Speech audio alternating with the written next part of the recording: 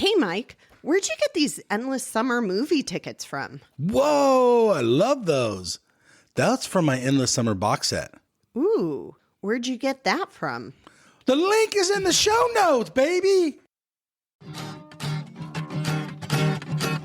Hey, everybody, welcome to the QuiverCast. You go left, I go right. Man, this wave is out of sight. Going surfing, going surfing, going surfing. All right, everyone, welcome back to the QuiverCast. We are stoked today. We have Matt Grainger. How you doing, Matt? I'm going great, Mike. Having a great day. Had a surf. Got married on the weekend. So Yes, it's all congrats. happening. Yeah, thank you. Yeah, stoked. And you're on the podcast a few days later. So so let's go way back in the beginning. How did surfing get in your life? Yeah, I'm pretty lucky. I've got an older brother called Tim. He's 2 years older, and a younger brother called Arnie. He's 2 years younger, one older. So I'm in the middle. I'm the naughty one. And so I was always trying to keep up with the big brother. And as we all grew up, we all were riding little foam boards like the Hanamexes. We used to call them, wear these Hanamex boards. They were like polystyrene with a sheet, this crazy sheet of cloth over the top, and it'd just rip you to shreds. So we used to take the cloth off and shape the boards and make channels and had this rubber fin. And then, so that was cool. We got in a little bit of shaping with my brothers, and then we got into fiberglass boards. My mum was really cool. My dad was a body surfer. Mum was a body surfer too. Okay. I didn't ride surfboards. They'd take us to the beach all the time, and we'd just be out there just body surfing, riding foam boards. And then we got to fiberglass. My mum made us swim a mile to get our first board, and that was the best thing ever. Like I tell all the crew that I coach, get out there and learn how to swim. If you break your leg rope, she just knew if I broke my leg rope, she knew I was crazy. I was going to chase big waves when I was a little kid. She knew if I snapped my leash, I could just cruise in, swim in. So she said, you can get your first fiberglass board. You can ride at the beach now on your own. So my brothers and I, we all passed the test and just were rat bags with all our mates, surfing like Longreef, North Narrabeen. Yeah, still doing it now. It's so cool. I go for early morning surfs at North Narrabeen, which I live here at North Narrabeen now. It's like 2 minutes walk to the main break, and I'll go for an early surf. Nice. And my brothers are out there. I haven't even messaged them, and that happens like 4 or 5 times a week. So it's pretty cool. So I'm good mates with them, and so that's all it all started. Yeah, from just being a kid on the northern beaches, and we're lucky we had like Mark Warren, Tom Carroll, Damien Hardman, Barton Lynch, Pam Burridge, all these crew, like all these top level surfers. Martin Potter would come legends. in town. All the legends of the sport, and you're like this little salty comet looking up with wide eyes going, wow, look at that, and it's in your front yard, you know. So that was really cool. I could already surf, like stand up to go across, do turns and all this. I went to a surf school at Colorado Beach run by the local council, Grainger Council at the time. Pam Burridge and Mark Warren were the coaches. Wow. Yeah, my little brother and I, my big brother Tim did it 2 years before.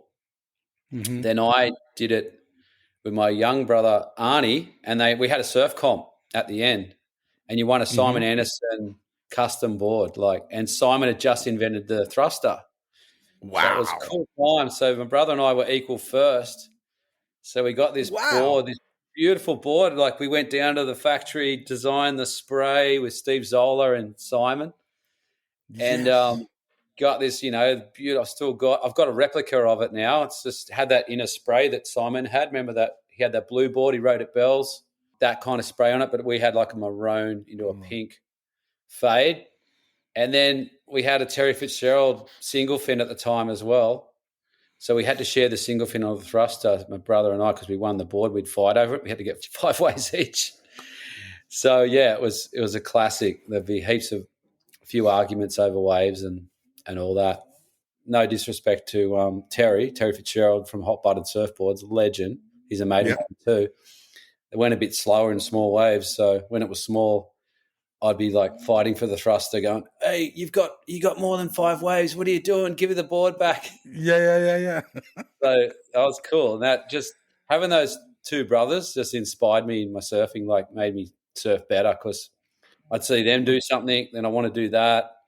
My older brother was a really good competitor. Like he won Australian titles, and Wow. Yeah. yeah, so he was high level. And you go out and surf a heat with him. I'd surf a pro junior with him, or any like other heats too, like trials, and he'd actually like paddle over the top of you like Medina. Like he was a beast. Like Good. a wave would come and I'd go, and he'd go around the inside and paddle over the top. And he's like, I'm like, what are you doing? And he's like, just anyway. And I was like, okay, this is how it's going to be. So Yeah. and then we got on the beach and it was all cool. So You guys didn't talk mad about it like at dinner table or something at that night? nah, Left it in the water. we used to have little rumbles and stuff anyway. So they got me into jiu-jitsu later on in life, trying to wrestle the big brother, and he was probably 20 pounds heavier. Yeah. So yeah, it was cool growing up. We had a good upbringing. Mum and dad were really supportive of surfing. They made us go to school though, but Okay. at times we try to wag school and get caught down the beach, come home sunburnt, and they'd be going, "Did you go to school today?" And you're like, "Oh yeah. Why is your head so red?" Right. Yeah. No sunblock back then. No. We had a good time growing up. And then, as I was saying earlier, you go surfing and you'd see, the pros in town and the pros living in the area. Yeah, they lived there. Like Tommy Carroll. He's a good mate now. When the Coke Classic would come to town, that was epic, like Yes. Dane Kealoha was surfing DY Point with Michael. Wow. Crowe. And I was probably like 14 years old, just going, Okay. wow, who are these guys? And Sean Thompson. And yeah, it was wild. I still remember Occy surfing against Sean Thompson and actually losing, but Occy actually won. Okay. Occy had a few tears on the beach. And so, yeah, it was good growing up because we did, like now you got social media Yes. and you can look at any pro in the world. But back then, as you know, you'd see guys in the water. That's it. And then maybe Or the magazines. and the magazine and the movies you'd come out once a year. Yeah. And that's what you just wear out the VHS. Yes. Well, it was before VHS, really. Yeah, that was, I mean, for sure. I was probably in junior high, maybe just starting junior high before everyone had a VHS.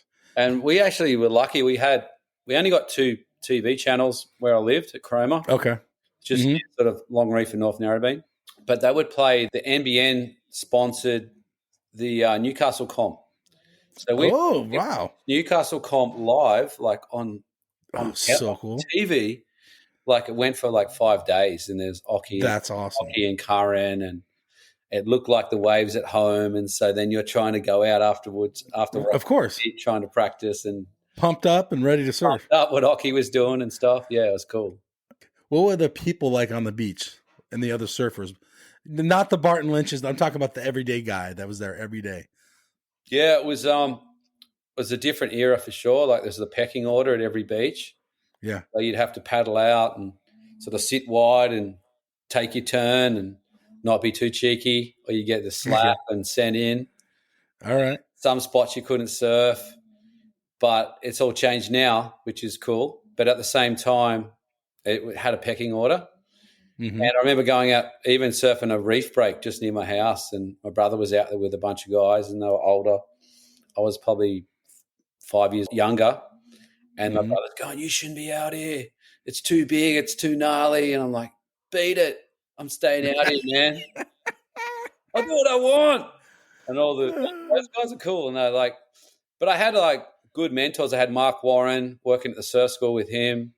Yeah. He was like, he'd won the Smirnoff Pro. He was a select. Oh, he's big name. Yeah, he was like top 5 or guys in the world, right? Yeah, in the 70s. So they were really good mentors because they were like, "Hey, all the bad stuff happens at the beach. Just surf and go home." And I was like, okay. What does that mean? Yeah. I was a micro grom then. I was probably like, 11, 12. I worked with those guys for about 5 years. Okay. School holidays at the surf camp. And then it's made sense. And I'm like, okay, yeah, surf your brains out, get tired, go home, do your homework, and go to bed. So that was cool. That was a really good mentorship for me, for those guys. Every time I see Mark, I go, thank you. And he goes, what are you talking about? Was there a group of kids your age, not your brother's age, that you guys would hang out at like a surf shop or hang out at the beach or do anything like after surfing? Oh, yeah. We had a bunch of rat bags, crazy names. My best friend called Ewok. Looked like Ewok from Star Wars. Budman. Budman, he was a cat because he liked to smoke, so we called him the Budman. Yeah, there you go. Now he's a landscape architect. Oh, cool. Anyway, so we had this pack too. So we would actually have a pack that you weren't allowed to pull back. Okay. So you're pushing each other. Yeah, these guys, we were lucky at Longreef Beach where I grew up, right near Narrabeen. There's all these reef breaks. There's outer bommies, there's slabs, and there's no one around. And it's like a golf course. Okay. And you'd actually have to park your car we'd ride our push bikes. Our mum and dad were awesome, like just let us go. And we'd say to our mum and dads, I'm staying at Ewok's house tonight. And he's staying at my house, but we'd actually sleep on the headland. Oh, okay. And there's 5 reef breaks firing. We didn't know which one to surf. We're riding like Simon's boards. I was sponsored off Simon by then. Wow. And that was cool. So I was with Simon for about 12 years, like getting boards off him, getting guns and step-ups back then, and through my brother's influence as well, Tim. We're surfing all these slabs, and then we look down the beach and there's like 40 people out in the beach break. And we're like, why would you surf that? Why would you surf that? Yeah. And we'd break boards, lose boards. And back then, you're just out in the middle of nowhere, like there was sharks out there. Guys are like, what do you even surf that place? It's fully sharky. We're like, oh, we don't care, Were you guys looking out for each other? Yeah, always, yeah. Snap a leash and the board it'd finish in the middle of the ocean. And the swim's probably about an hour swim if you lost the board. So we would run up on the headland and give him my board, go out, and we're just laughing our heads off on the headland. Hope he finds his board. And a couple of guys lost their boards, never seen again. I lost the board. And lucky I had Matt from Simon on my board, and I got it back a month. Okay. Yeah, they dropped it off at the shop. Simon, that was cool. I got your 6'9". I'm like, oh, cool, man. Thanks. Yeah. But that's awesome. That was a cool upbringing, just being raw and not going to trying to surf all the breaks everyone knew you could surf, accessible. We're surfing these other reefs. Yeah, we're the only guys out, like 4 young grommets surfing 8 to 10 foot slabs and getting exploring. Smashed. Yeah, getting smashed and laughing, and that's where I got my. I think what I do now is just like adventure, Don't have to surf with people. Yeah, we'd surf on our own. Even if he couldn't come out, I'd still surf. I'd be paddling out bommies on my own way out to sea, as a 15-year-old. Looking at these waves going, what if you could surf that, But how am I going to do it? And you had to work out the puzzle.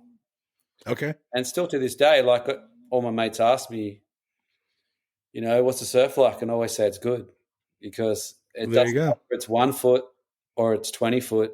You're still trying to work that puzzle out. Hey, we're just like little dogs, like my dog next to me here. Like she's chasing a stick in the water and I'm chasing waves on my surfboard. And that's what keeps me going every day. Yeah. Let's dig in a little bit. You guys and Ewok and all these guys were out of these outer reefs. You said there were 40 guys down the beach at the beach break. Did they want to paddle out with you or they had no interest? And if they did have interest, were you guys welcoming to them? Letting them come out and surf? Yeah. We wouldn't send people in. We got as we got older, sometimes if someone would come out and surf our break and, they wouldn't say hi and they'd start making us, we'd start dropping in on them and saying. Okay. So there was a little bit of. Yeah, for sure. Okay. Yeah, if they came from another beach. If you paddled out and you were cool, respectful, sat wide and then paddled over and said, hey, mate, how you going? We'd give them waves. But if they're going to be, not nice about it, it's like, we'll just burn you, and they couldn't work out why. As it should be, right? I mean, sure. And that helped me when I went to Hawaii. Simon Anderson just said, hey, Matty, when you go to, I went to Hawaii when I was a grom. Yep. Because we're surfing on these outer reefs that Terry Fitzgerald actually, he surfed the Bombora, not these other reefs we were surfing, There's another one Okay. south, and he would actually practice for Sunset Beach out Long Lake Bommies because you'd ride 7.4s, 8.0s, 9.0s and work on your lines. But, yeah, when people come to the slabs, we'd be like, yeah, mate, we'll make it hard for these guys because they're not being nice. We don't want them back. If you're going to come out and share. And then Simon said, yeah, when you go to Hawaii, if you're on the inside and there's a local, say, hey, mate, go. And I remember the first day at Rocky Point, I'm out there. There's a big guy next to me. And I said, hey, mate. He looked at me and I said, no, it's your wave. You go. Paddle. Yeah. And he goes, hey, mate, what's your name? I said, Matt. He goes, hey, Matt, you can have any wave you want now. Oh, wow. You showed respect. And I was like, oh, you know. So wow. That was a good thing to learn. And there's other places just down the road from DY Point. It was pretty gnarly locals. Like they still to this day, they lock the place down. Okay. You know, you paddle out and you just start being a dick. They're just all over you. You're out of there.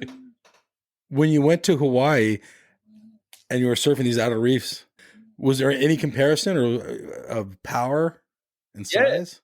Yeah, a little bit. Yeah, like it's raw. Like these outer Sydney waves we're riding like 8.0s. I'm riding a 10.0 now on some of the outer like guns. Big guns. Big boards, yeah. And it's a 40-minute paddle out. So you've got to like paddle right out and assess it on the way.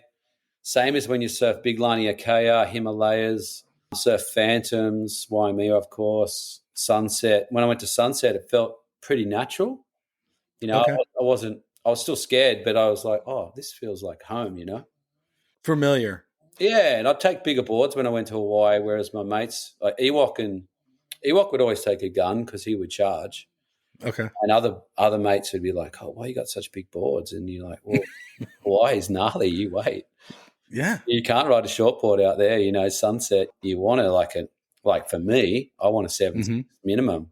I mean, the John Johns of the world and what they're doing now, but the surfing inside section at Sunset, I wouldn't want to ride 6.2, you know, but they're way better surfers than me as the whole thing's changed. And then I remember being in Hawaii and you see these guys, like massive guys, unfit. You see them on the beach and you kind of like, back then you're a bit more judgmental. And I'm like, how's that guy going to handle out there, you know? And he's got his big board, no leg rope. And you're paddling in the channel and you look and there's this like West Peak comes and that same guy is just charging down and you just go, yes, this is epic. This is what surfing's about, you know? Yeah. Yeah. You said Simon shaped a lot of your boards for like 12 years. Did you see the progression of the thruster through those years? The boards changing a little bit here and there? Yeah, like I talk to my brothers about it now. Like we're still grommets having a good time because I think the boards have got better. And then the first few boards off Simon were amazing because they were thrusters. They went so far. Yeah. But the rails were so thick. Yes. And Simon's a big guy. Like, you know, he's probably like 6'3", got calf muscles, like big calf muscles. He's a big bone guy. He'd be over 200 pounds. Mm-hmm. So we'd have to say to Simon, you know, like we're smaller than you, you know, can you start oiling out the rails, you know? Yeah, thinning it out a little. And he thinned them out and they got better and better and better, yeah. And now it's gone to another level now, don't you think? Like shaping, how they hide the foam and boards are so different, I think. the rockers. And I remember Shane Herring came in with that banana. Yep. I used to train with Shane, with Terry Day. He was one of our coaches. And Shane brought out the banana, and then I remember Simon trying to copy that. Like they went great in really steep waves. Mm-hmm. But it was a good change, you know, like just to have those boards, it was so like finessey. You couldn't make a mistake, thinner rails, more rocker. And I think that's where surfing went, you know, changed with Slater came in as well. But at the same time, it kind of wrecked surfing because a lot of people couldn't ride those boards. I think you have to be a top level surfer, right? Yeah. I've never actually tried one, but I mean, they're interesting in the way Shane Herring surfed on that thing. Oh man, it was phenomenal. He was training with us at the time, and just before he beat Slater at the Coke Classic. Okay. Yeah, and were you guys friends or just friendly? Yeah, good mates. Yeah. Okay, cool. Good buddies. Yeah, we'd surf together. trained together. We did boxing. We did a lot of boxing and light weights. And it was a crew of about 20, it's probably about 20 kids in Sydney and about 10 in the Northern Beaches. So we had the Southside guys as well, and like the Webber brothers, Dave Davidson, all these sort of guys. Pretty cool. Yeah. Ruby guys, Aberden, some of the Aberdens. Yeah, Sonny Aberden, Jai Aberden. Kobe was too young then. Yeah. Yeah, and that was a huge progression of surfing, I think, when Terry was coaching and then he was coaching Gerlach at the same time. He'd come in and train with us and surf with us, Luke Egan. Huge names. Some of the best surfers, even today's world. Yeah. Phenomenal surfers. Yeah, they're still ripping those guys. How good is it? Yeah. So let's dig in a little more about these guys you were training with. At what age did you take surfing serious? Yeah, I was lucky because I was coaching beginners and with Mark Warren and Pam Burridge and Bill McCausland, who started FCS and, and the Gorilla Grip. He worked. Oh, yeah, I remember Gorilla Grip. Yeah, he worked for the council and he actually took photos for building applications, and then he got a semi-scam was to start the surf school so he could be at the beach and still work for the council, for the government, and then he would run the actual surf school. He was the boss of the surf school, and we're all employees. He said to me, you got to go and get coached off Derek Hind. You can't work next. You got to have 2 weeks off the surf school and go and train with him. And I took my brother, and there was Marcus Brabant, Munga, those kind of guys were there. Wow. And it was weird just doing this. I was only 16, and there was a guy doing heat drills, doing this weird stuff because Derek's sort of out there. We all know Derek's out there, and a good out there. He's such a brain. I think he's super smart, yeah. Super smart guy. So he was doing like all these drills where we'd have heats, and then you'd come in and there's 5 minutes left of your heat. So you've got these amount of scores. So you've got to go improve on that. And you're like, oh, wow, like never thought of that, Yeah. And then he'd do all this stuff. We had like a seesaw in the park, and he'd have competitions with everyone. Like there'd be 12 of us when there'd be man on man trying to buck the guy off the seesaw. So you're standing in the surf stance. And then he'd make us all this stuff. It was so like, he didn't have a gym or anything back then. And he's making us run along these rocks. Like these rocks were like, a bit like trestles, Yeah, okay. Like cobblestones? Those rocks on the shore, those pebbles, like, as fast as you could with your board under your arm. Chasing your guys as 4-man heats, and then go around and jump off the rocks, and you had to catch 2 waves, come in, do it again. So when I look back, it was all like agility training, mental training. Endurance. Yeah, and then you kind of get into your head about why to surf a heat and all this kind of stuff. But I liked his technique stuff was the best. Like, and that's how I coach today. Like I learned that off Derek. I think if you coach someone well in technique, it's better than strategy. Okay. You got to be a good surfer at the end of the day, not just someone who's good at hassling. And that was kind of the bad part of the 80s. No priority, and 3 or 4 waves. It became a paddle. Right. Yeah. That was 4 or 3. And like a paddling endurance effort, not like. And then they had the buoy for a little while. The buoy was good. Yeah. You like the buoy? I liked it. Like I actually surfed against Robbie Page in a pro junior, and I was only like, I think I was like 15. He ended up winning it. I was man on man, and because he was way older and way better, every time I caught a wave, I go out and paddle around the buoy. Yeah. So I got priority, and he's like, "Hey, Grom, you love this priority stuff, hey?" I was like, "Yeah, man. Well, you can't hassle me." Yeah. Because those guys that's one thing about those top level guys too, because it was so gnarly for them growing up, like competing when they got the trials, and then they're surfing against these big guys when they were young. They got so hassled in heats. So you forget like Damien Hardman, like amazing surfer, amazing hassler, Barton Lynch, Tommy Carroll, all those guys, Robbie Bain would elbow guys like through the. Oh, really? Yeah.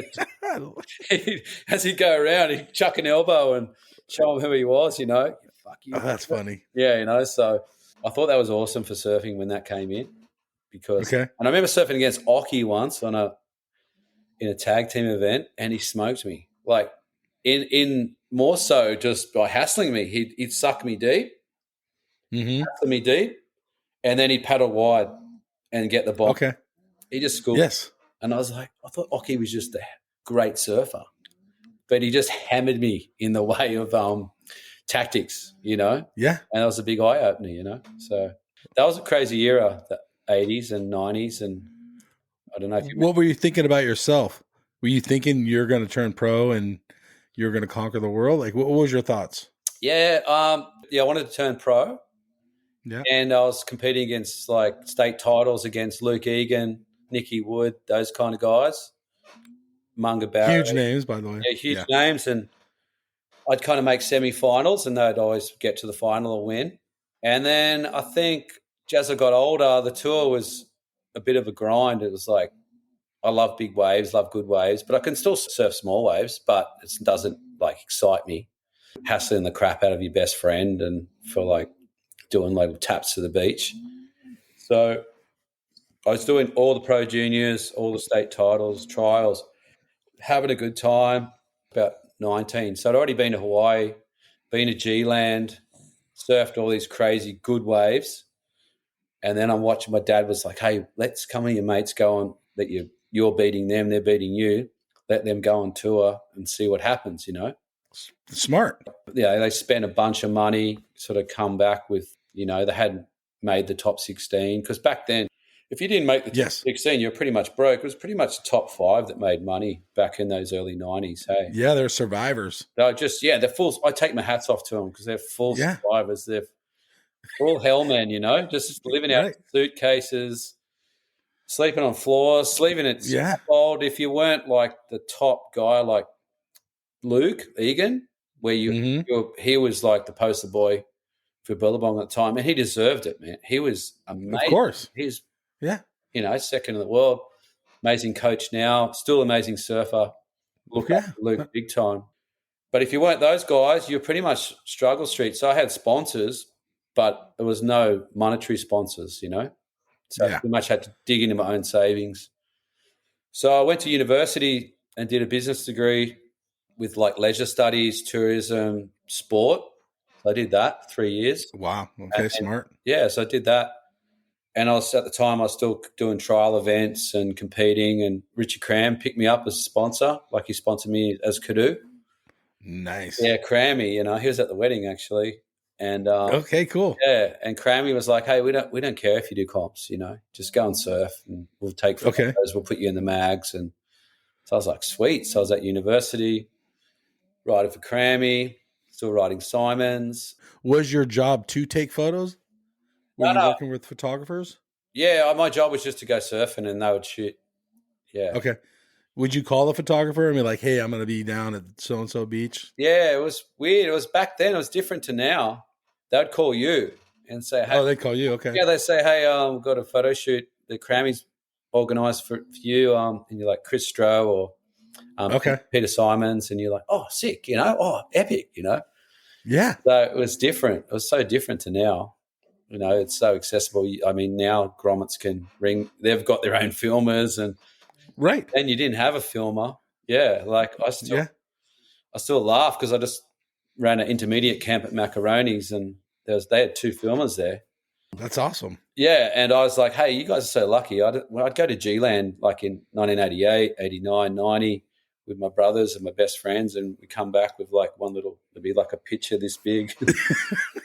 You're stoked you had a photo, right? Not by your mate, you know? Right. You know? Yeah. And now there's just cameras everywhere and drones. Drones. Like there's so much footage. Even the shitty footage on your phone is good. Mm. So back then, if I got a call up saying you're going to go down to Aussie Pipe and do a photo shoot and you just surf, and Peter Simons, I'm like, "Oh, Peter Simons. He's epic." And the guys, Hugh McLeod from Surfing World, those guys would do some stuff. Okay. Yeah, I ended up getting a cover shot in Surfing Life. Wow. Yeah, that was rad. I didn't know that. But go ahead. Yeah, 91 at log cabins in Hawaii, doing an air on one of Simon's boards with a weird pot spray, like an 80s copy. That's rad. Who took the photo? Do you remember? Brian Beelman. Okay. Yeah, so that was pretty cool. And I didn't know, but they told my brothers and they kept it a secret because they were Oh, cool. they're umming and ahhing who's they're gonna chuck on the cover. And Yeah. chucked it on, and I didn't know anything. And then my brother's like, "Hey, look at this." I'm like, "What?" Did it show up at the house, or did they have like a little like party, or like how did you find out? Come in the mail? Oh, it's actually the surf comp, and yeah, Okay. and my brother just sort of pulled it out of the car and goes, "Hey, you're on the cover." I was like, "What?" That's so cool. Crap? Yeah, he got it from the news agents. Yeah. What would you feel like after that happened? Oh, I felt pretty stoked, yeah, because Of course. I was real stoked because I didn't expect it, and it was kind of like, yeah, it was. And the good thing was, it was kind of me, I had a shaved head, had the colourful board, and I sort of wrote this little caption about me that, he likes dropping his pants at parties and paddling out waters dark at night on his own, and I was like, oh, that's so me. Well, Right. But there's only a few surfing magazines in existence, and when you made the cover, it really meant a lot. Yeah, back then.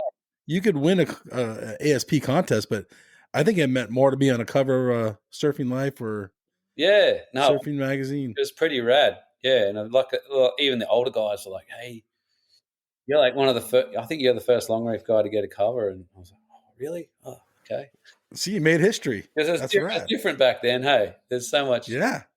Yeah, like I still buy mags now. I love buying all the mags, like Surfing Life, Surfing World. Yeah. So you guys still have them? I only got a few left. Okay. But I like to support them, like especially. Of course. Yeah, like Sean Doherty's doing a good job at Surfing World, and Ray Bishop at Surfing Life, and just keeping it going, Yeah. Yeah, we have Surfer's Journal, and I think that's it in America. I know, Surfer Magazine was huge, hey, and Surfing and Surfer. Those were the Bible, really. The Bible. Yeah, like you just wait as a Grom and just read it back to front. Yeah, it's now, I mean, everything's, too quick. You know what I mean? We find out instantly what's going on. No, it's kind of good and bad, huh? Like, you lose that nostalgia, but at the same time, you get content. That's true. Okay, let's talk about that real quick since we're here in the future. We're talking about today. Is there too much surf content now, in your opinion? Because there's a lot out there. Yeah, it's hard to keep up. I reckon, yeah. Yeah, there's way too much. But there's nothing we can do about it. But you just got to be smart to what you look at. And there's a lot of confusing kind of stuff out there too. Because when I teach intermediate surfers, they're saying, oh, I read this internet post that you got to have your head up when you're paddling into a wave. I'm like, well, look at this. There's Kelly Slater. He's putting his chin down to go down the wave. This is Ethan Ewing, Oh, okay, and surfing's like dancing, I say. It's so different. Everyone's different. And it's like, it's kind of radical when all this surf content's telling you how to do this and how to do that. And how you've got to take off this way. But there's probably like 20 different scenarios of a takeoff. And the wave, and the board. Wave, and the crowd, and the swell, and the wind. So it's like... I'm going to stop you right there. So if everyone doesn't know, especially here in America, you own Surfer's Gym, right? And then your surf schools. Yeah, Surfer's... Your Manly Surf School. I'll start off with Surfer's Gym. Yeah, we started that 10 years ago.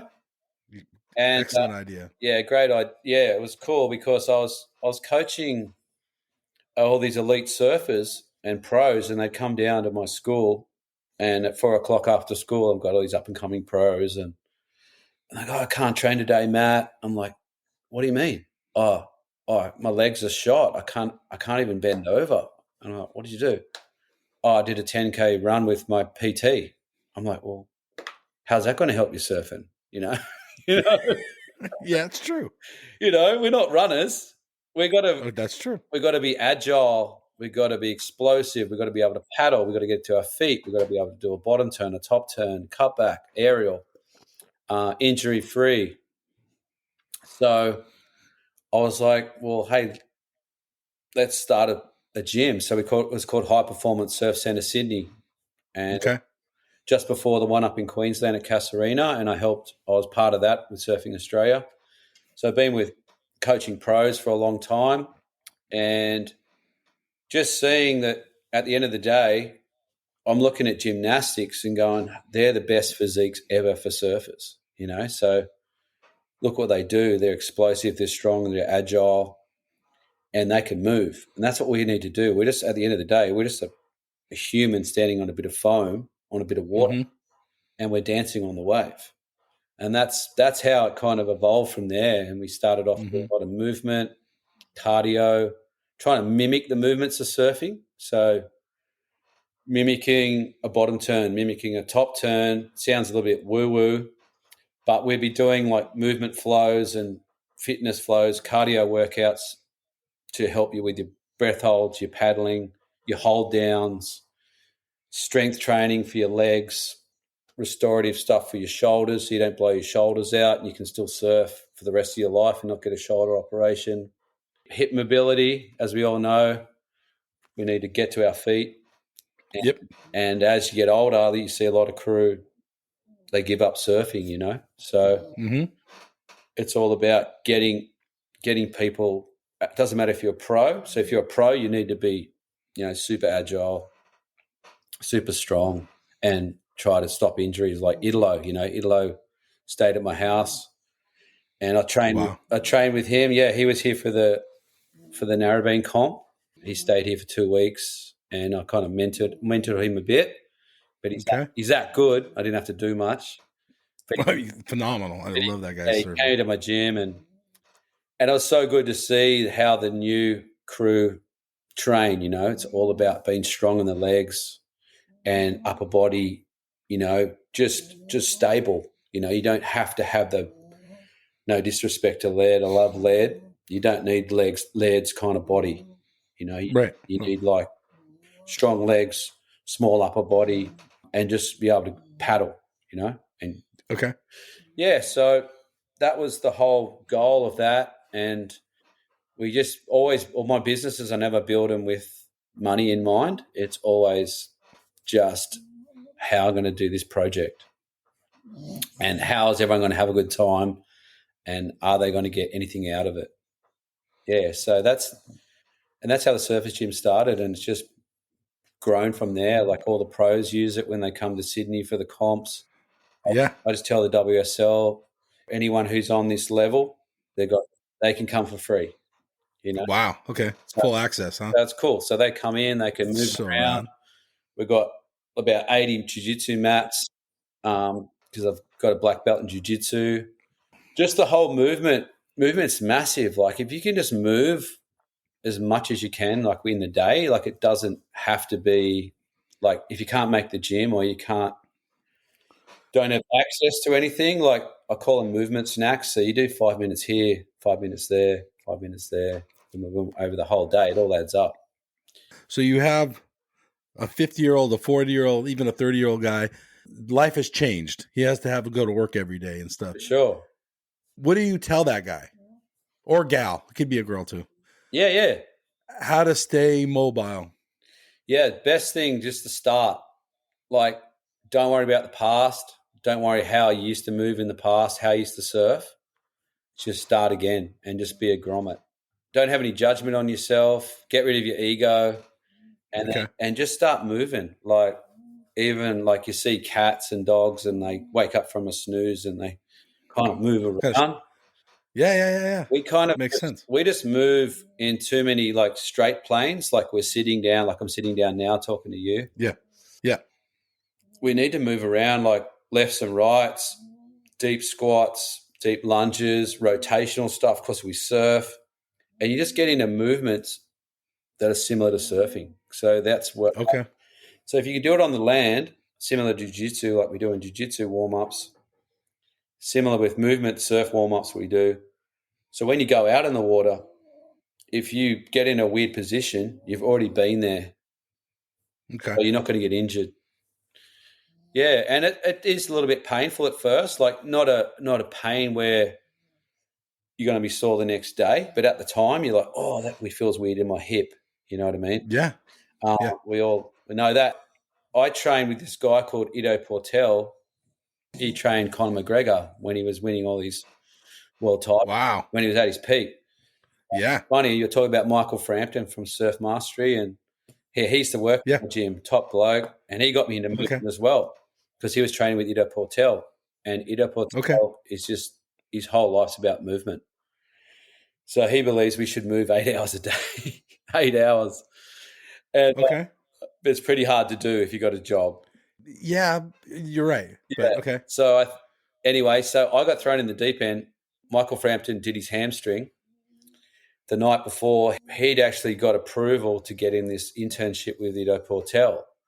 I was already into movement, but not as much as Michael. So he rings me up. He goes, "Hey, mate, I got in this thing and I can't go. Do you reckon you can go for me tomorrow morning at 6 a.m.? I'm like, oh, okay. Righto. Sweet. So I go down and it's this Israeli guy. And he's gnarly, like ex-special forces. He's in Cirque du Soleil. He's a gymnast. Wow. It was insane. So I got locked in for 5 days, 8 hours a day, training with this guy with only 5 other people, and he had 3 other staff. So I could not hide. Right. It's almost a one-on-one deal. And I was doing like the first time we got there was 2 hours of crawling. 2 hours of crawling on a hard surface, and I was just sweat pouring off. My hips were killing. Everything was killing. Every time we talked to him, we had to be in Indo squat, the deep squat where you stand. Okay. You're not sitting. Olympic rings. Crazy. We're doing all this movement, dancing. I was the oldest guy by about 20 years. And they'd pre-trained with this guy, and I hadn't done nothing. Wow. I'm always fit. I do boxing, jiu-jitsu. Every day I'm doing something. But anyway, so that kind of helped turn the corner. And then I started training with him and another guy called Rodrigo from Queensland, did an internship with him as well. So I got right into movement because I was like, this is it for surfing. Like, it's the best thing. Makes sense. If you can get your hips mobile, back, ankles, and you're using just your body weight, and you just do repetition, you improve. And then I came back to weightlifting and all that again later.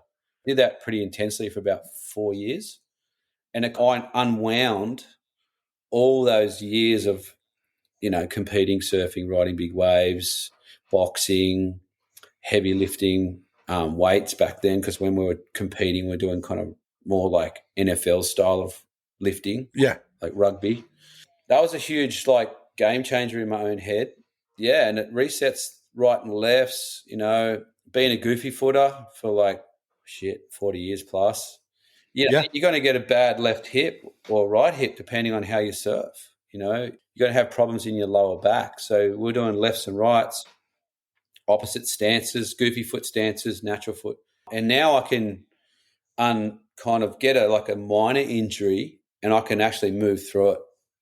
And I thought that was bullshit before I met Ido Portel and Rodrigo. Yeah. When you started the training with them, it sounds like almost like you're going into the military or something, it's so super intense. Yeah. Where did you get the motivation to keep going? Was it hard? I'm lucky I've got this switch in my head where I just never say no, just kind of shut out and just keep going, Wow. Okay. Yeah, and that's helped me in big surf and anything when I train over the years. I kind of push through. I think I've got. I know they call it ADHD, but I think I've got. So I can use that to my superpower. And when I'm training, I'll just go into this zone and just get it done. Yeah. So what do you tell other people when they come and work with you, or maybe work at your gym? Good question. It's the opposite to what I learned off Ido. I'm just little bit by little bit and just little baby steps. Just getting a little better. Just, don't worry about the future. Don't worry that you're going to get better tomorrow. Just keep going and going and going and just every day do something and don't have, you don't have to rest because it's movement. It's not like heavy weightlifting. It's not like heavy cardio. It is like a workout, I've got a mat right here in my lounge room, and I can just be watching TV with my family, with my wife and that, and just moving around, stretching Yeah. out the hips, and I hardly ever sit still, but I sleep really well. Good. I do have I go to bed early, and I usually have a nap once a day, so if I get a chance. So that's important. So Surfers Gym is basically all focused on surfers, or Yeah. are there other people that come in and train that aren't surfers? We get non-surfers, but just because they're like curious. Okay. And it does help other sports, if you're playing I'm golf. sure. A lot of golf's rotational, tennis, all those sports will help. But the cool thing is we train in board shorts, no shoes, Oh, yeah. no ego. Doesn't matter how good or bad you are. That's our motto. And you just turn up. Wow. Okay, Have cool. fun, and, we've got top pros there, like at the moment, like Dylan Moffat, Saxon Reba, like all the top pros in the area, Geordie Lawler. Wow. Yeah, so they're doing really well right now. Another guy, Winter Vincent, he just got second at Newcastle and made the Challenger Series. Nice. Yeah, so we've got a good crew of people. Isabella Nichols comes in when she's in town, and Wow. it's just like, it sounds funny. Like, I leave the door open. I don't even lock it. It's 500 square meters. And Yeah. I just go, there's security cameras. And they go, hey, Of Matt, course. they text me, and because there's ice baths and saunas there. I'm like, hey, Matt, can we use the gym tonight? I'm like, yeah, man, you got a gold pass. Like, what do you text me? Just go in the side door and go and train. It's all good. And Okay. we got all Hedgie's boards there, and some of Simon's and old nostalgia. It's like a cool, fun. Some of Italo's boards, the board he jumped on it. Maravan, I got that up on the wall. He gave Yes. So, but that's it. Like, it's kind of, if you're sitting in your chair, like after this podcast, you could just go and do 5 minutes of movement, and that's going to help. Yeah. So you don't have to think, I have to do 20, got to do 30, because you never do it. Right. You're talking to like everyday guy. Yeah. And then you start moving for 5, and then you look at your watch and you go, actually, I don't have to go anywhere for another hour. So that turns into 30 minutes. And if it doesn't, who cares? Yeah. No, that makes sense. Yeah. Wow. Now, do you plan on opening more of these gyms around the coast? Yeah. Or even coming to America? I'd like to, yeah. I'm doing an app called the Surface Compass coming out real soon. Okay. And that's going to have movements on there. So all the movements, I'm going to do surfing breakdowns, surfing movements, strength, conditioning, cardio, and breath training, apnea training as well. So how to hold your breath in big waves, how to breathe to relax. We all get a bit of anxiety, so things like that for anxiety. How important is breathing? I reckon it's huge. Like, try and, if you can, nasal breathe, just consciously nasal breathe whenever you can. I think that's a massive one. And then just being conscious of what you're doing when you're breathing, So I've got a good one, like called resonance breathing. You inhale for 4, exhale for 6. And you can do that as long as you want. And you'll, say at 4 o'clock in the morning, you wake up, I've got an assignment to do, or got a project and your brain's going crazy. Yes, I'll do that. yes. Everyone gets I know that especially one. Us older males, middle-aged guys. And I do that, and I wake up again at 6:30. Like, Whoa, okay. Things like that. You can do Wim Hof breathing to ramp yourself up. All this kind of breath work stuff we do. We train for big wave surfing. Like now I'm an apnea coach as well. We train people, just getting people comfortable in heavy situations. And the funny thing is, it's not about your lung capacity, it's your brain. All it is at the end of the day is how you can relax. Wow. In a heavy situation, yeah. All these things are super important. Yeah. Especially if you want to prolong your surfing life. Yeah, like I try to do like every morning. I got an ice bath out the backyard here. I just dunk straight in the ice bath. That's crazy. And then I do about 10 minutes of breathing, a bit of movement, and then go for a surf. And then I go to work. Oh. So that's my routine. I do that with my wife. Yeah, she's into it too, so it's sick. Oh, nice. Yeah. So it's a team effort. And if you don't have to do all of them, you might you try to do 1 or 2 of them. And there you go. And then you set your day up, Perfect. Win the morning, win the day. Yeah. Yes. And that's it. Okay. I think that's a big key. Just get you out of your brain. You know how you wake up and you got all these things to do. You got 20 things to do and you do like 20 things really bad. Yeah. So now, like, if I do my routine, if I do my ice bath, my breathing, my movement, and a surf, they're the 4. But if they don't happen, I can do 2. I go, oh, that's right. I only have to do 2 things really well. So I don't have to do those 2 things. And that's just for me. Okay. And that it gets me on a good roll. Whereas I used to be like years before I started doing this, and like my friends, I was pretty scattered. like a head with a chook with his head cut off. So that's been a big thing, yeah. You have people that are training. Do they ever come to you for board advice? Like, okay, I'm 30 pounds overweight or whatever it is for you guys. Yeah, for sure. And I surf mediocre. Like, do you give board advice, I guess? Yeah, I always say go bigger. Like, always go bigger than you think. More foam? More foam.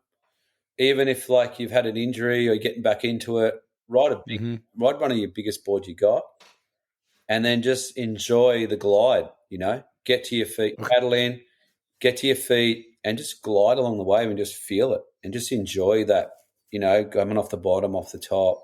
It's a game changer because we all get caught up in our heads that we want to surf back like we did 25 years ago. And it's like, hey, let that go. Like, how lucky are we, like, to actually ride a board and get to do this still, and just being grateful. Yeah, being grateful for what you got. So you're saying don't get frustrated with yourself. Yeah. That's actually Derek Hine told me that as a grommet. Oh, really? Never surf with any expectations. And I was like, a grommet? I was like, what does that mean? Because you're mad frother, you're trying to outdo all your mates. You're trying to outdo going to comps and you want to do this, you want to win that. And now I have 0 expectations. I go out. I don't even care if I get a wave. And I go out there, get the waves, and I end up getting more and having a good time. Yeah, and that's changed, flipped my whole mindset in surfing. Like, I'll paddle out to the grommets, because I used to get roused on, hey guys, how you going? You having a good time? Like, I'll change it all around. I'll talk to everyone. Hey, mate, how you doing? You getting a couple? And then a set comes and you're like, oh, shit, I'm the only one here. What's going on here? And then nice. That's perfect. Yeah, I remember I did my MCL 3 years ago. So I did my ligament there. It was a grade 3, a little bit of ACL. So I was like, I hadn't had an injury in years. And I was like, Tom Carroll's had a lot. Okay. Just like, mate, just enjoy the process. And I'm like, yeah, cool. Thanks, TC. And then I would just go to the gym every day and just do movement, doing weights and breathing, ice baths. I turned all the surf time I couldn't surf into training, That helped. And that helped. And then I forgot about the ocean, go down there and check it a couple of times, but not much. Yeah. And then I'd paddle out on my big board, like just take out an 8'8" and just paddle out to sea and just keep my paddling up. Okay. And then I'd come into North Narrabeen on my big board and just catch waves on my tummy on the outside, just away from everyone, and just wouldn't even stand up. And Sharon, my wife's like, don't you stand up. I'm like, I'm not. Yeah. And then I got on a stand-up paddleboard because we've got a lake over here. Okay. Just paddle around on that and then switch to goofy, switch to natural, get in a surf sense, get all the muscles ready. I went to the surgeons and lucky they said no surgery because I didn't want surgery.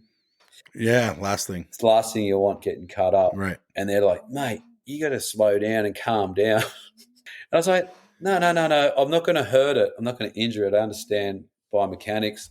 And then I got a really good knee brace. So in case, though I'm more worried if I fell over in a shore break and did more damage or tweaked it the wrong way. Mate, I've got to have fun, I've got to be in the ocean. I've got to train. I'm going to go mental. Yeah, but the injuries are good because it kind of brings you back to people that have fallen off surfing. And I get a lot of guys and girls that come to me, they've had injuries and exactly the question you just said, and how do I get back? And I just go through movement training, and then just say, go out and paddle on your board, get back there. And then when you're ready, go and catch a wave where there's no one around and just be stoked that you get to your feet. like, Yeah. and don't care. Like, who gives a shit? And if you fall, who gives a, like, that's what I say to a lot of my clients too that are teaching surf school. I said, just be a kid. Like when I was a grom, I would fall. I'd still get a little bit pissed, but I'd actually just go bang straight, paddle straight back out or claim it. So There you go. even claim your falls, like internally.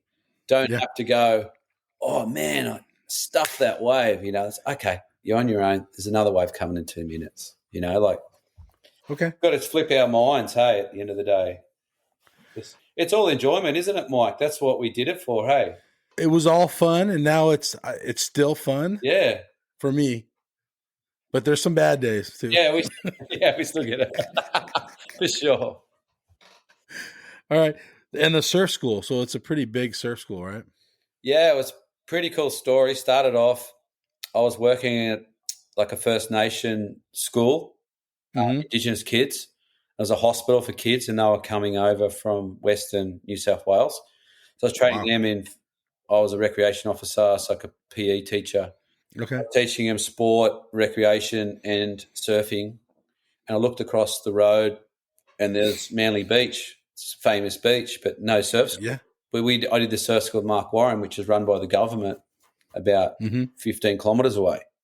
Yeah. And here's this famous beach where the ferry goes to the beach. So I speak to my accountant, and he's like, yeah, there's no, why don't you start a surf school? I said, yeah, I'm going to do it. So I wrote a letter to the local government. Took 2 years to get on the beach because I knew it was going to go well.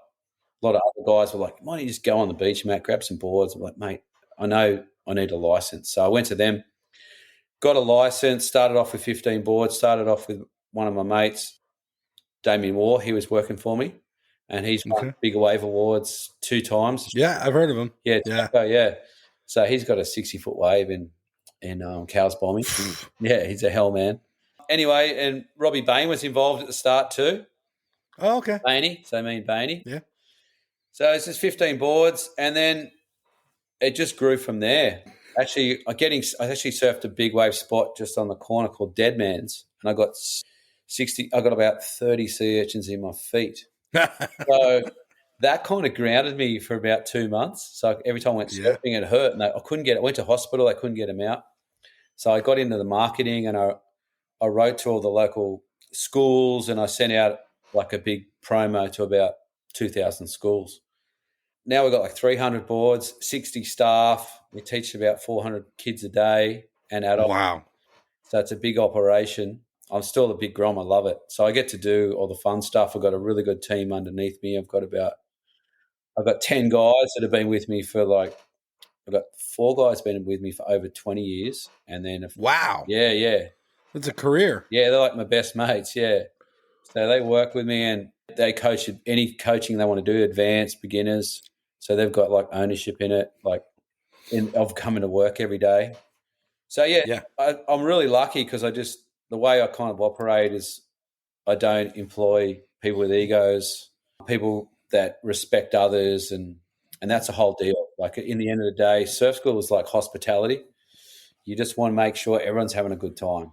So that's how I kind of started it. I kind of say when someone walks down the stairs to our school, put yourself in their shoes. Like, how would you feel, And that's the whole crux of it. And it's like you talk to someone, hey, I'm Matt. Nice to meet you. What's your name? Hey, Mike, how you doing? Okay. Yeah. Come and get your wetsuit over there. Get your board over there. I'm taking you out. Nick's coming with me. Thomas, Shane. It's going to be a good time, and then you just just rolls from there. And that's how we kind of operated. Still going 30 years. How many people come up to you now that maybe haven't seen you in a while and still surf and remind you that, you help them? Yeah, heaps. It blows it blows my mind, hey. Yeah, I bet. It blows my mind. And like, oh, yeah, Matty, yeah, you taught me like 12 years ago. You got me my first wave. And even guys who work for me, still surf with them every day. A lot of the ex-staff, because I always say to them, hey, look, if you want to, you don't have to be at the surf school your whole life, it's up to you, Okay. You want to study, and they become mates. And all the guys who work for me, like they're training, some of the guys are training pro surfers, and, they're running the gym, they're running the surf school. My son, my daughter, Yeah, my son's 23, daughter's 21. So they're like working in the school too. Yeah, no, I feel grateful every day, like that I actually pulled the trigger and started the business and still going strong and still think about it like every moment. Like we get hardly any bad reviews, but even if we get one, like I'll find the person and ring them up and, hey, what happened? And it's usually to do with the conditions, like, what surfing's like, Right. we It's put windy or we say small. come down the website at low tide only if you're a beginner, and they turn up at the wrong time, and it's Smashed 4 foot and high tide. Yeah. It's a hard sport, eh? It's a bloody hard sport. Well, yeah, I think it is. Well, actually, let me ask you this. So you said you have a son and a daughter. They both surf? Yeah, they're both goofy footers and mad frothers. Yeah, like they did the QS and the Pro Juniors. Okay. They might go back to it, but I just said to them, like, you just enjoy surfing at the end of the day. That's what it's all about. Okay. They're kind of like a little bit burnt out by the comps. Stoked when I said, hey, like just get a good job and go surfing. You don't want to wreck surfing.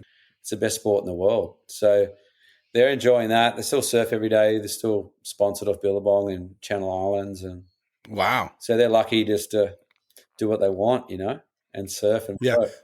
How often do you get to surf with them? Maybe like once or twice a week. But when they were Groms, I was every day. Of course. Did surf trips to Macaronis with them and Fiji and Hawaii. So they've had a pretty blessed life in that regard. Different to me. I'd have to save up on a building site and get myself to Hawaii or whatever. Different world, though. Yeah. Like when they were doing competitions, were you the comp dad? You know what I'm saying? Like, yeah, no. I was trying not to be. That's hard, right? It's crazy. It's so hard.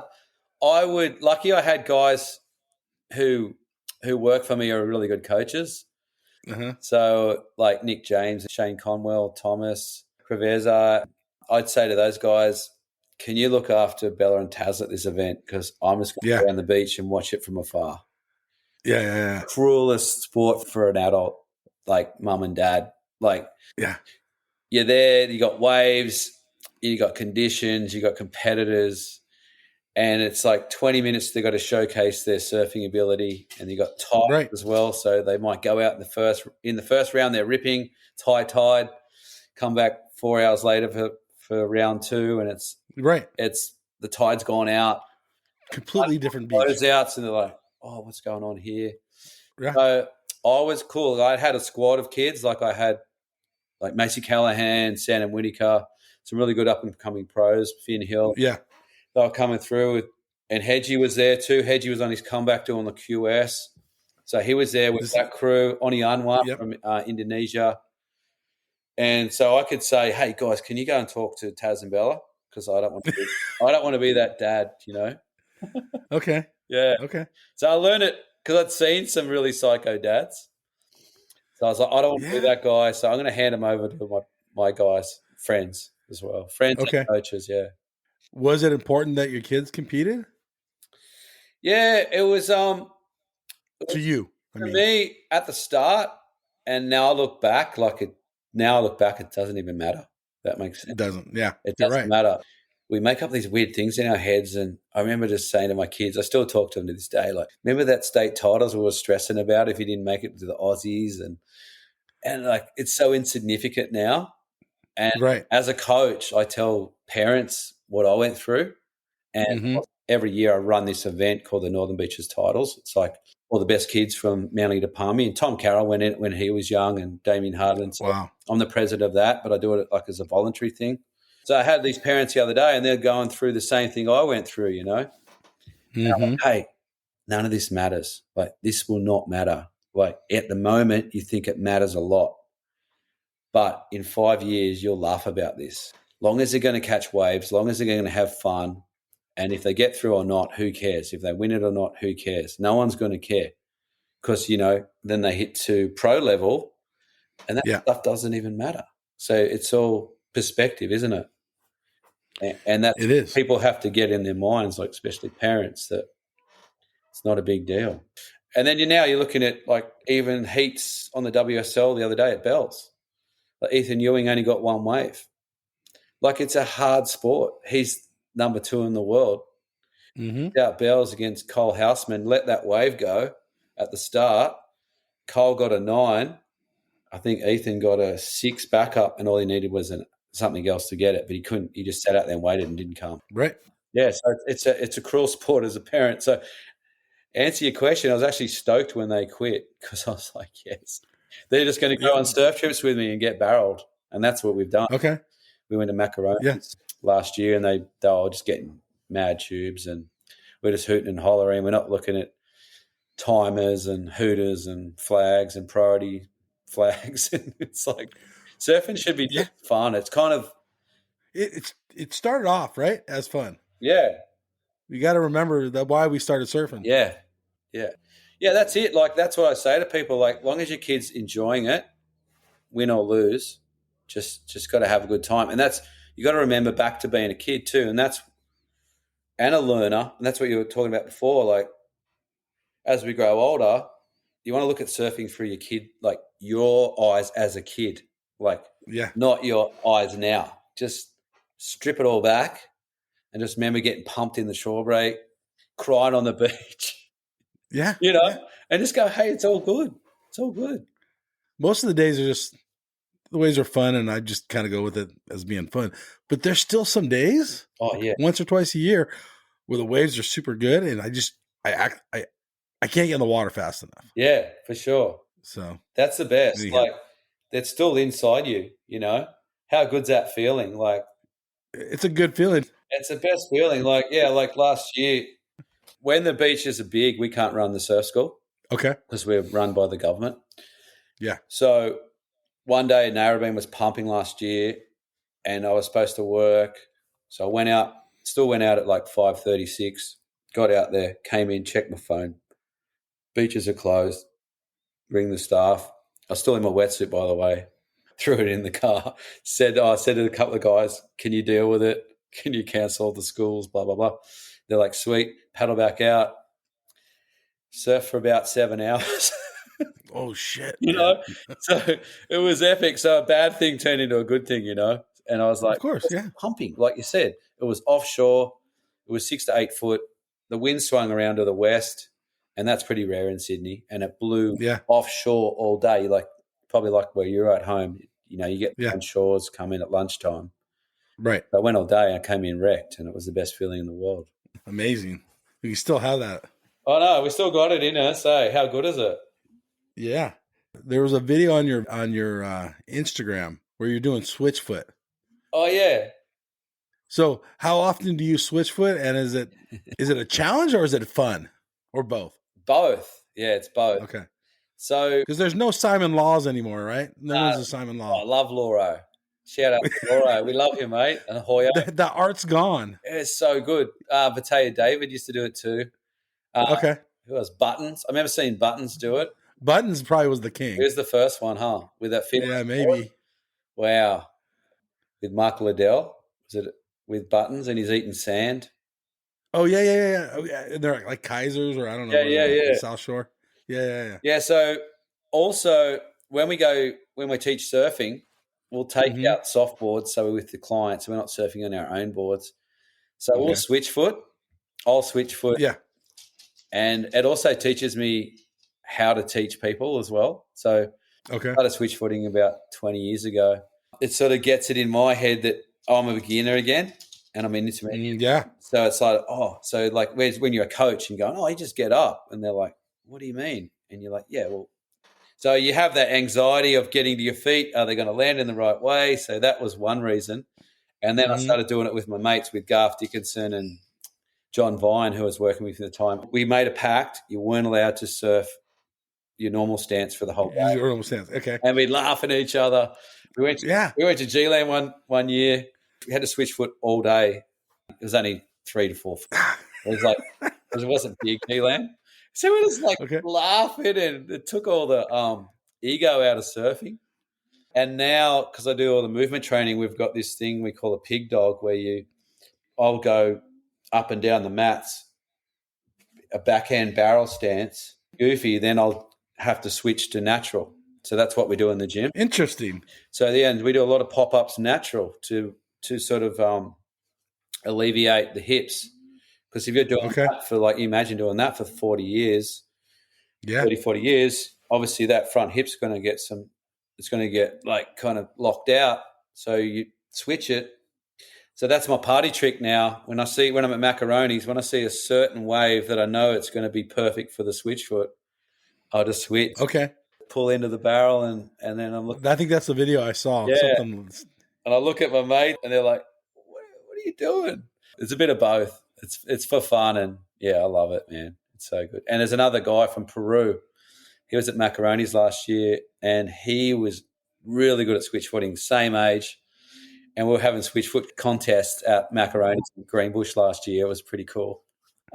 How do you think the judges would react if someone was as good as Simon Law or Buttons and they were switch footing in their heats and ripping? Yeah. Equally. It's an awesome question. I reckon they should reward it, you know? I would think so. If you have a look, Carly Vass got a really good switch foot barrel against Kelly Slater at Chopes a couple of years ago. So have a look at that. I think in the semi-final.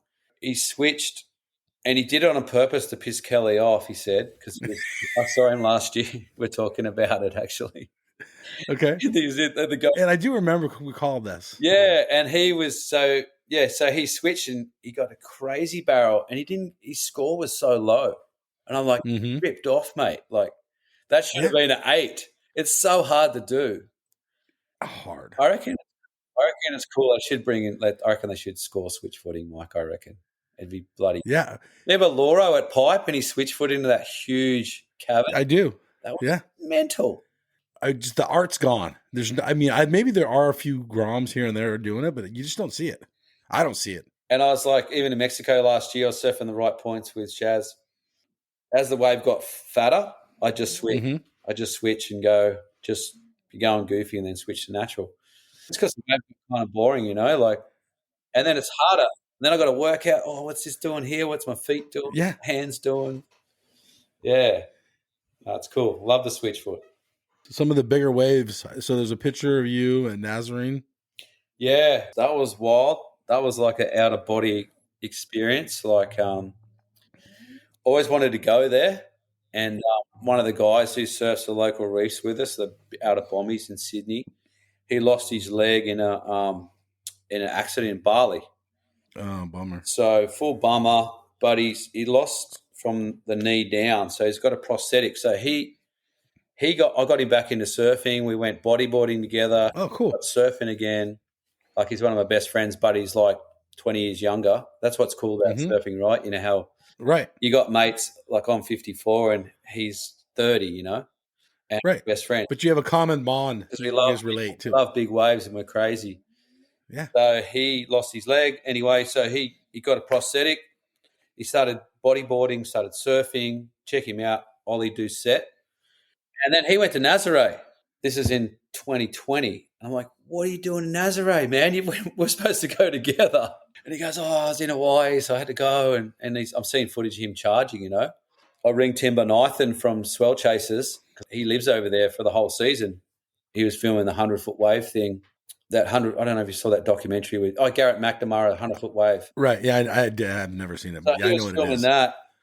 Okay. I knew he was on the ground, and I said, I'm coming in 2 weeks to Nazare. And he goes, no, you're coming tomorrow because it's swell of the year. And I'm like, oh, wow. I'm like, okay. So I asked Shaz, what do you reckon? She goes, yeah, go. I rang work. They're like, go, yeah, do it. Anyway, booked my flights on the plane the next day. Billabong gave me like a inflation vest. I've used the padded ones, but not the inflation. So I'm like, got this thing, trying to practice the night before.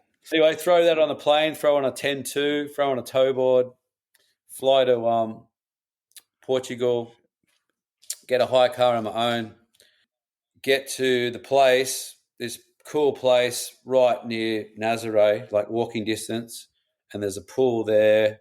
I get in, there's a massive 10-foot board. I'm like, damn it, didn't need to bring the 10-2. I could have used that. And there's a key's like in the door. So this must be it. So I go in, go to sleep. and wake up, Timber Nathan's on the door, bang, bang, bang, 8 a.m. Hey, Matt, you made it? I'm like, yeah. He goes, hey, you got to come meet Toby Cunningham, Toby Trouble. This guy does Bitcoin and just lives at Nazaré and charges massive waves. He's had 80-foot waves and whatnot. So I go down there with Tim, no food, nothing, no gear, walk to his house, which is like 5 minutes away, walk in, gives me espresso coffee. We start talking, he goes, and it's like 40-foot faces out the front, like 20-foot Hawaiian. And he goes, Matt, let's go now. I'll take you now. I'm like, oh, okay, what about my wetsuit? What about my board? And he goes, oh, you can use my board, use my wetsuit. I'm just going to tow you in. I've been working for like 4 days. I'm pretty tired. So I go, all right. So it was the perfect start. Straight down the boat ramp, jump on the ski. He's got a Dillon long bottom tow board, which I've got now because it was that good. And then he just whipped me in for like 4 hours straight. It was amazing. So I went out with Toby, came back to the harbour. It was cool going out with him. There's this place where you rent your jet skis and they've got berths where you ride the jet skis up on these inflatables. And then we're going out on the way out to Nazaré through the harbour, and every minute or two he'd cut the motor. And I've had jet skis for 20 years, so I'm like, what are you doing? He goes, oh, the fishermen just chuck rope everywhere and it gets in the impeller. And I'm like, oh, you don't want that. That's the worst thing on a jet ski. So anyway, tow with him all day. Next day, he goes, oh, there's this famous guy coming into town. I've got to look after him. I won't be able to tow you in anymore, so you'll have to get your own jet ski. And I'm like, oh, okay, no worries. But he goes, I'll look out for you in the water. So I get down there and it's like probably 60 foot and clean. The famous guy was called Laird, so he was going to tow Laird in for the next 3 days for the swell. Okay. I got bumped up by Laird, fair enough. That's fine. Yeah, I was like, Laird, no worries. But I was stoked Toby did that for me. I was so grateful. Yeah. And then I'm looking at the surf. Kai Lenny's out there with Lucas Chumbo and all the crew. They're doing these crazy airs on like 60-foot waves. And they're playing with it. Man. And it's just crazy. It's the most insane shore break you've ever seen. Yeah. It's like a 40-foot, 20-foot Hawaiian, 40-foot face shore break with wedges coming off the cliff. Like out the back's beautiful. It's like these 3 peaks. There's peak 1, peak 2, peak 3. And they're the most beautiful waves you've ever seen. But if you ride them too far or you fall, you get into that impact zone. It's deadly, Mike. It's full death. Yeah, I would nothing to do with that. So I was like, couldn't get a ski. I had a 10.2.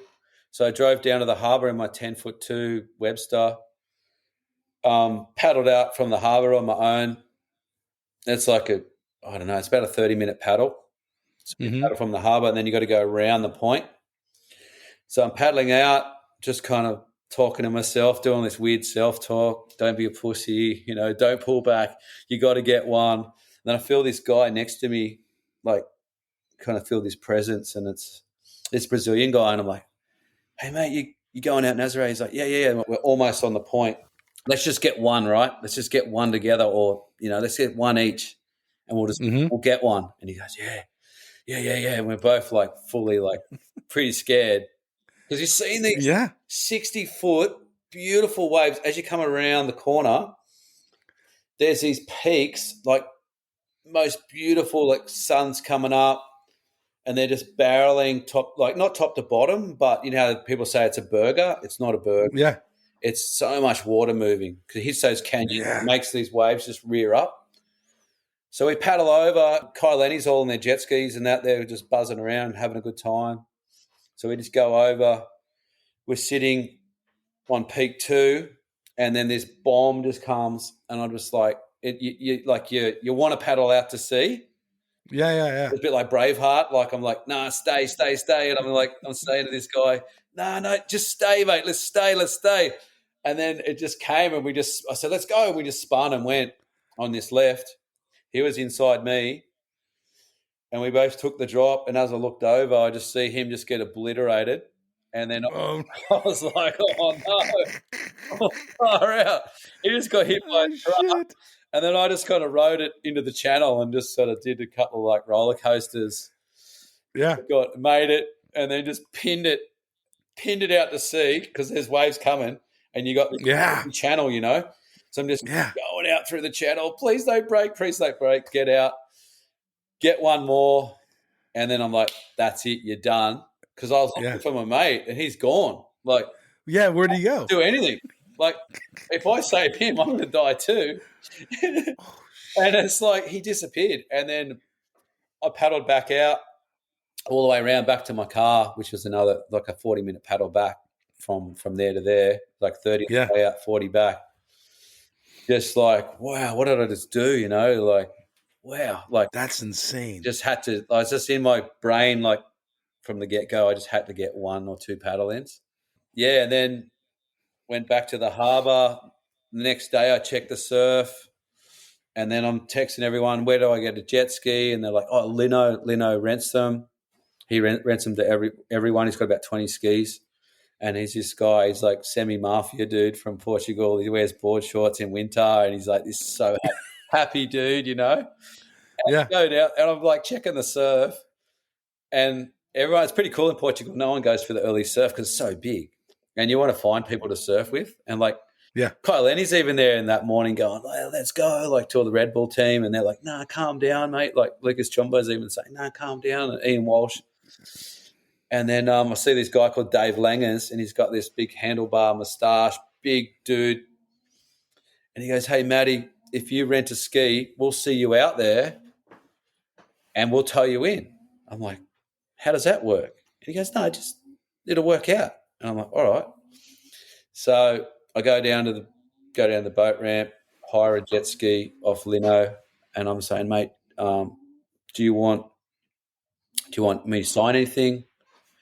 And he's like, no, I know where you live. I've got your wife. I'm like, oh shit. All right. So I like, what happens when I smash the ski or lose the ski? And he goes, oh no, don't worry, we'll work that out later.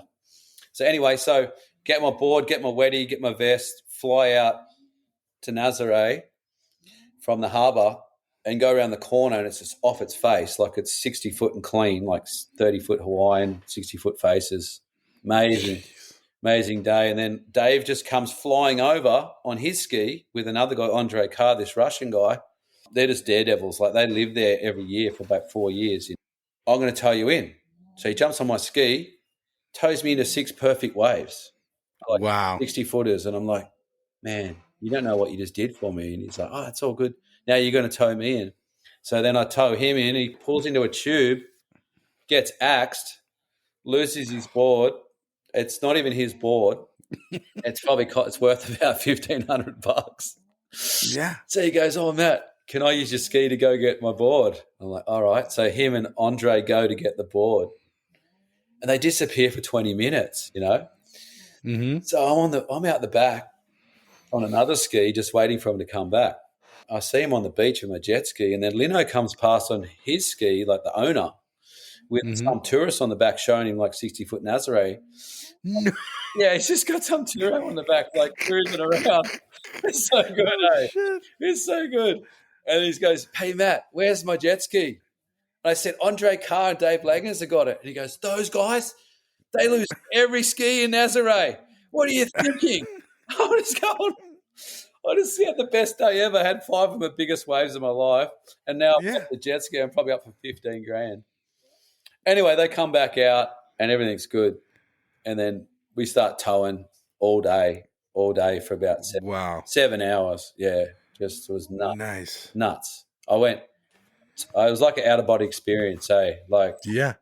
I said to Andre, who was towing me in, this mad Russian guy, he does like slacklining over massive mountains and he's just a full daredevil. Crazy guy. And he's like, I said, I'm not going to be in there on that shore break today. And he goes, yeah, you will. You will. I said, no, mate. Let's do like 2 to 3 turns on the wave and get out. And maybe. I'm like, oh, okay. So anyway, survived all day. And then at the end of the day, Laird Hamilton broke down. It was hilarious. So Lucas Pedera from Mavericks goes, I had him on my ski at the end because you just changing skis with people all day. Yeah. And tell them. And you're doing water safety as well. So you've got to go in and save people. That was the scariest part. Like, I bet. You've got to go in. Like, that was the whole idea. Like, I was like, why do they want me to bring a ski out? But then I'm like another water safety guy. Yeah. So lucky I had 20 years of jet ski experience. So I'm going in to save people shitting myself, you know. I'm going to freaking flip the thing and Yeah. kind of stuff. Anyway, I said, look, your mate Laird's out the back there. He looks like he's in trouble. He's like way out to sea and he's not moving. Like his ski's just doing nothing. So I go out and he goes, I'd never met Laird. And Uh-huh. and Lucas goes, oh, what happened, Laird? He goes, oh, we just ran out of fuel. He goes, Oh, shit. it's the best day ever. The light's been coming on all day. When it He comes, was pushing it it. goes beep, beep, beep. He just pushes it. So then we had to rope him up to my ski and tow him back to the harbour on dark. And Laird's Oh, no. you can tell your mates back in Sydney. My nickname's Werris. He goes, Werris, you can tell your mates back in Sydney you towed back Laird, the guy that invented tow surfing. Yeah. So that was fun. That was a crazy day. And then I surfed for another 4 days and then went home. It was it was like going to Everest or something, like, you know, that feeling. You want to go for it. Was that your peak goal? Yeah, the peak goal was to paddle one and just tow a bunch, you know. And what's the difference? I mean, obviously there is a huge difference, but what did you tell from the difference between towing and paddling? Oh, towing's so much easier. Like, Yeah, definitely. And you get a lot more waves. you get into it a lot earlier. You get in early, you got speed. And the thing about it's not like Jaws, it's not like Cloud Break. You know, they've got channels, whereas Nazare has no channels. Yeah, it's a beach break, right? It's a beachy. So you don't want to be caught inside. Most of the days I prefer to paddle, but Nazare I'd prefer to tow. You get so much bang for your buck because it's so random, you know, like the guys sit out there paddling and get like 2 waves in 6 hours and get pounded. Where you can tow and you can get 20, 30 waves. Like we'll get that good day I got about 30 waves. Like the day before I got 2. And it's irreplaceable, really. Those moments. You got to know how to tow and you got to know how to let go of the rope, and you couldn't just turn up first day and do it. That's one thing about tow surfing. It does take a lot of practice, but paddling is way more. I prefer paddling because it's like the cat and mouse. You know, if I'm surfing waves that aren't like Nazare I'd prefer to tow, but any other waves, you've got to find the wave, you've got to get in position, you've got to make the drop. Obviously, you're on a massive board. You got to be able to paddle into it. Yeah, and then when you're towing, you know, you can tow you can be on a 5'10" board. Yes. And then when you're paddling, you're on from an 8'8" to 10'2". So gnarly. Different, but paddling's so fun. Like just being out there with your mates, seeing them get one, going doubles with them. If you go and surf with Tommy Carroll and big stuff, and Hedgie, they love a party wave. You know, like on the open ocean swells, not tubes, but if you're surfing big bombies, it's like Tommy's always like, "What do you reckon? What do you reckon?" That's his. You're like, "What? Go together?" And he's like, "Yeah, let's go together." Like you're just going over and doing crossovers and stuff. It makes it fun, you know. Yeah. So, what does your quiver look like today? Oh yeah, quiver's good. I've got Bobby Quad, got a 5.3, got a 5.9. I got 3 5.9s. I got a Timmy Patterson, 2 Channel Islands. Then I got a 5.10 Timmy Patterson. Then I go up to 6.0s, CI Pro. How wide are these boards? Yeah, like 18 3/4 to 19. Okay. And then I go up to like 6.8s Decoros. I got some Decoros. And then I got some Christensens, like 7.0s. I got long bottoms, 8.8, 10.0, and a toe board 5.10. So, yeah. Wow. Got them covered, mate. Well, I guess you're walking distance from the beach, right? You said? Yeah, yeah. Do you look at the surf before you pick the board? Yeah, so it's quite funny because I'm so close. Yeah, you are close. Look at the forecast and know it's like the day before. But then I'll just take my 5.9 short board. I've got a CI Pro 2 at the moment. That's really fun. But then if I know it's like a swell, there could be a bigger swell, I'll drive my car up.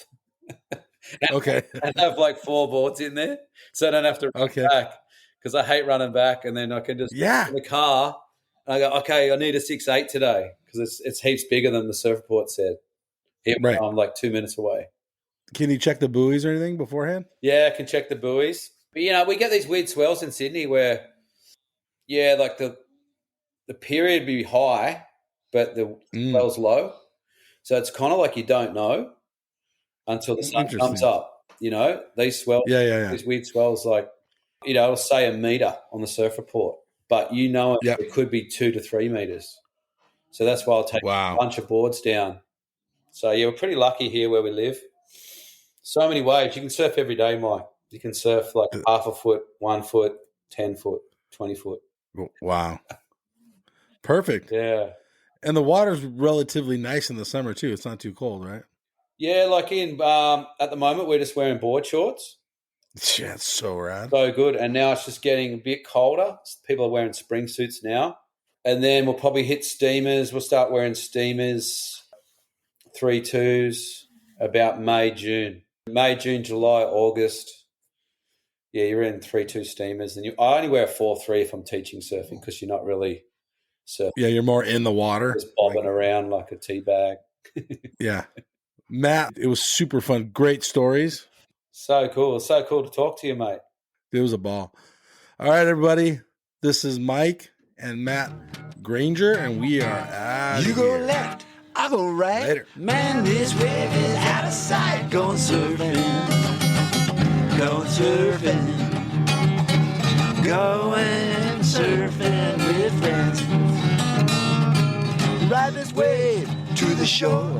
Paddle out, I'm gonna catch 10 more. Going surfing. Going surfing. Going surfing with friends. I don't care if it's wrong or right. I'm gonna do it all day, I'm gonna do it all night. I'm going surfing. Going surfing. Going surfing with friends.